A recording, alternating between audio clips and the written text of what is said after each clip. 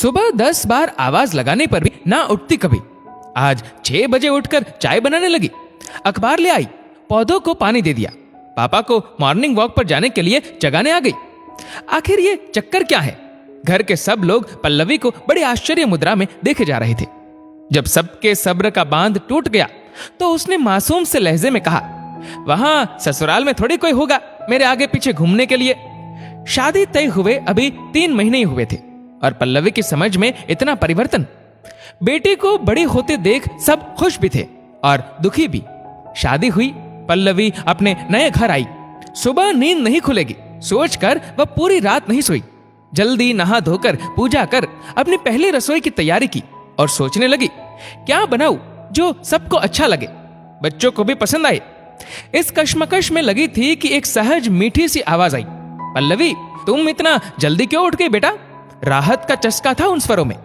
पल्लवी ने पीछे मुड़ के देखा तो सासू मां हाथ में शादी के हिसाब के कुछ पन्ने लिए खड़ी थी। शादी की दौड़ भाग में कितना परेशान हो गई होगी, फिर घर वालों की याद भी आ रही होगी। ऐसे में अगर नींद पूरी नहीं करोगी तो अपनी तबीयत बिगाड़ लोगी। सासू मां ने हिसाब के पन्नों को टेबल की ड्रॉवर में रखते हुए कहा, ये क्या? मेरी सांस तो बिल्कुल वैसी नहीं है जैसा मैंने सोचा। मैं तो पिछले कितने महीनों से जल्दी उठने की प्रैक्टिस कर रही थी और यहाँ तो कुछ और ही हो गया। मेरी पूरी पढ़ाई घर से दूर रहकर हुई थी, हॉस्टल में, जिस कारण मैं घर के कामों में उतनी कुशल नहीं थी जितना एक नई बहू को होना चाहिए। पहली रसोई में एक रोटी बनाए जाने का रिवाज है हमारे यहाँ। आटा ज्यादा गीला हो जाने की वजह से रोटी उतनी गोल नहीं बनी जितनी बननी चाहिए। मन में बहुत डर लग रहा था, बहुत बुरा भी लग रहा था। मन ही मन माँ को कोस रही थी, क्यों मुझे डांट कर अच्छे से घर का काम नहीं सिखाया। सुबह की रस्म जैसे तैसे हुई। सब लोगों के लिए खाना बनाने की तैयारी हो रही थी।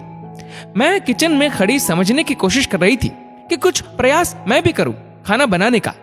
तभी वही आवाज वापस आई, पल्लवी देखो आज मैं क्या बना रही हूं, मटर पनीर की सब्जी, गाजर का हलवा और लच्छे पराठे। ये क्या? ये सब तो मेरी पसंद के सामान है, मेरी फेवरेट डिशेस। समझ में नहीं आ रहा था कोई सपने में तो नहीं कह रहा। नहीं नहीं, ये तो सासू मां ही बोल रही है। मेरे थोड़े सहमे, थोड़े डरे, थोड़े विस्मयी भावों को शायद भांप लिया था उन्होंने। वो मेरे पास आई और मुझे बिठाकर बोली, शादी लड़की की परीक्षा नहीं है पल्लवी, जहां कदम कदम पर उसे किसी टेस्ट में पास होने पर नंबर दिया जाए। तुम्हारी शादी केवल मेरे बेटे से नहीं हुई है। जितनी तुम्हारी खुशियों की जिम्मेदारी मेरे बेटे की है उतनी हमारी भी। मैं तुम्हें इस घर में केवल काम करवाने, तुम्हारी खूबियों को परखने, तुम्हारी आजादी को छीनने या तुम हमारे लिए क्या क्या बलिदान कर सकती हो ये जानने के लिए नहीं लाई हूं। मुझे तो सिर्फ एक दोस्त, एक साथी चाहिए जो मैं कभी कमजोर पड़ जाऊं तो मुझे संभाल सके। धागे का वो हिस्सा चाहिए जो घर के सारे मोतियों को प्यार और स्नेह की माला में पिरोए रखे। मैं नहीं मानती कि बहू को सुबह जल्दी उठकर नहा धोकर पूजा कर लेनी चाहिए या उसे खाना बनाने में दक्षता हासिल होनी चाहिए। अगर उसे कुछ आना चाहिए तो वो है प्यार करना, परिवार से, छोटे छोटे बदलाव से और सबसे जरूरी खुद से। हाँ, बिल्कुल ठीक सुना तुमने। जब तक तुम खुद से प्यार नहीं करोगी तुम खुश नहीं रह पाओगी। ये शादी तुम्हारे सपनों की कुर्बानी नहीं है बेटा, तुम्हारे सपनों की उड़ान है। हम सब तुम्हारे साथ हैं, हर कदम, हर पल, हर समय। आज पल्लवी की शादी को 9 साल हो गए हैं, लेकिन उसने अपनी शादी से जो सबसे अनमोल रिश्ता कमाया था वो था माँ। हाँ, वही सासू माँ अब माँ बन गई थी। बहुत उतार चढ़ाव देखे थे पल्लवी ने अपने जीवन में।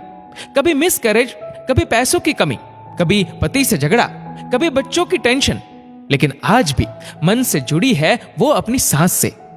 हर पल वो यही कामना करती है कि जब उसका बेटा बहू लेकर घर आए तो वो उसकी सास जैसी सास बन सके, या उनका अंश ही सही। दोस्तों, इस वीडियो को लेकर आपकी क्या राय है नीचे कमेंट करके जरूर बताएगा। और अगर आपको वीडियो अच्छा लगा हो तो इस वीडियो को लाइक करेगा, शेयर करेगा ज्यादा से ज्यादा लोगों तक। और ऐसे ही और भी इंस्पिरेशनल वीडियोस के लिए सब्सक्राइब करें हमारे यूट्यूब चैनल को और फेसबुक पर फॉलो करें हमारे पेज को। धन्यवाद।